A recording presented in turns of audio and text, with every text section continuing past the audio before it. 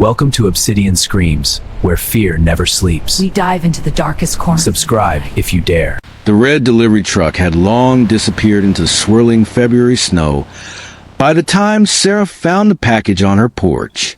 It was a large, heavy box wrapped in paper the color of a fresh wound. No return address, no name, just a small white card tucked under a thick silk ribbon that read, "For someone special." Sarah smiled, thinking her husband Mark had finally outdone himself for Valentine's Day. She dragged the box into the warmth of the living room and tore into the paper. Inside sat a teddy bear. It wasn't the soft, squishy kind you find in grocery stores. This one was large and solid, with fur that felt like coarse human hair and eyes made of polished black glass. Around its neck was a crimson ribbon, tied in a perfect, stiff bow. "Mark, look what arrived." Mark, look what Sarah arrived. called out toward the kitchen. Mark walked in, drying his hands on a towel. He frowned at the bear. "I didn't order that, Sarah. I thought you bought it for the house." A cold draft seemed to blow through the room, though the windows were shut tight. They laughed it off, assuming it was a gift from a secret admirer or a confused relative. They placed the bear on the high mahogany shelf in the hallway, where its black eyes seemed to stare directly down at anyone who passed.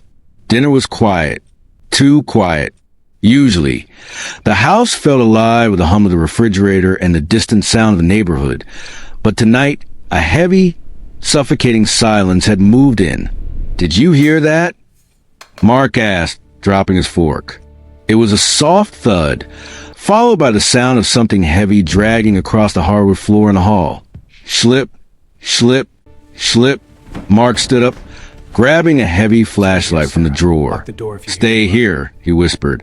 He stepped into the hallway, his light cutting through the darkness. Sarah watched from the doorway, her heart hammering against her ribs. The shelf was empty. The bear was gone. "Mark," Sarah whispered. No answer. She saw the beam of the flashlight lying on the floor, rolling slowly back and forth. She crept forward, her breath hitching in her throat. Mark was slumped against the front door. He looked like he was sleeping, but as Sarah got closer, she saw the crimson silk ribbon. It was wrapped 6 times around his neck, pulled so tight it had disappeared into his skin. His eyes were wide, frozen in a look of absolute betrayal. A small, jerky movement came from the shadows under the stairs. Sarah turned to run, but her feet felt like lead. From the darkness, the bear emerged. It didn't walk. It hopped and swayed with a stiff, unnatural rhythm. Its glass eyes weren't dull anymore. They pulsed with a faint, hungry red light. In its plush, stitched paw, it held the silver cake knife from the dinner table. She scrambled into the kitchen, slamming the door and locking it. She leaned her back against the wood, gasping for air. Then she heard it, a tiny, muffled voice, sounding like dry leaves rubbing together, came from the other side of the door. "Happy Valentine's."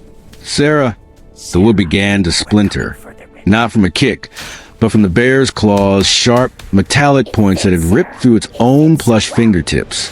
Sarah backed away toward the window, but the bear was already there.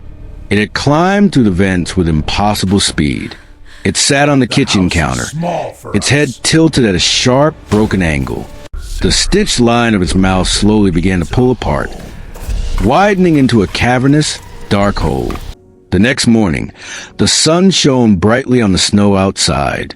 Inside the house, everything was perfectly still. The red box sat neatly in the center of the living room floor. Inside, the teddy bear sat upright, its fur clean and its ribbon tied in a fresh, beautiful bow. It looked like the perfect gift, Everything looks quiet. waiting patiently for the police or the neighbors to walk through the door and find their special surprise. Thanks for surviving another nightmare with Obsidian Screams. Don't forget to like, comment, and subscribe if you want to see what lurks in the shadows next.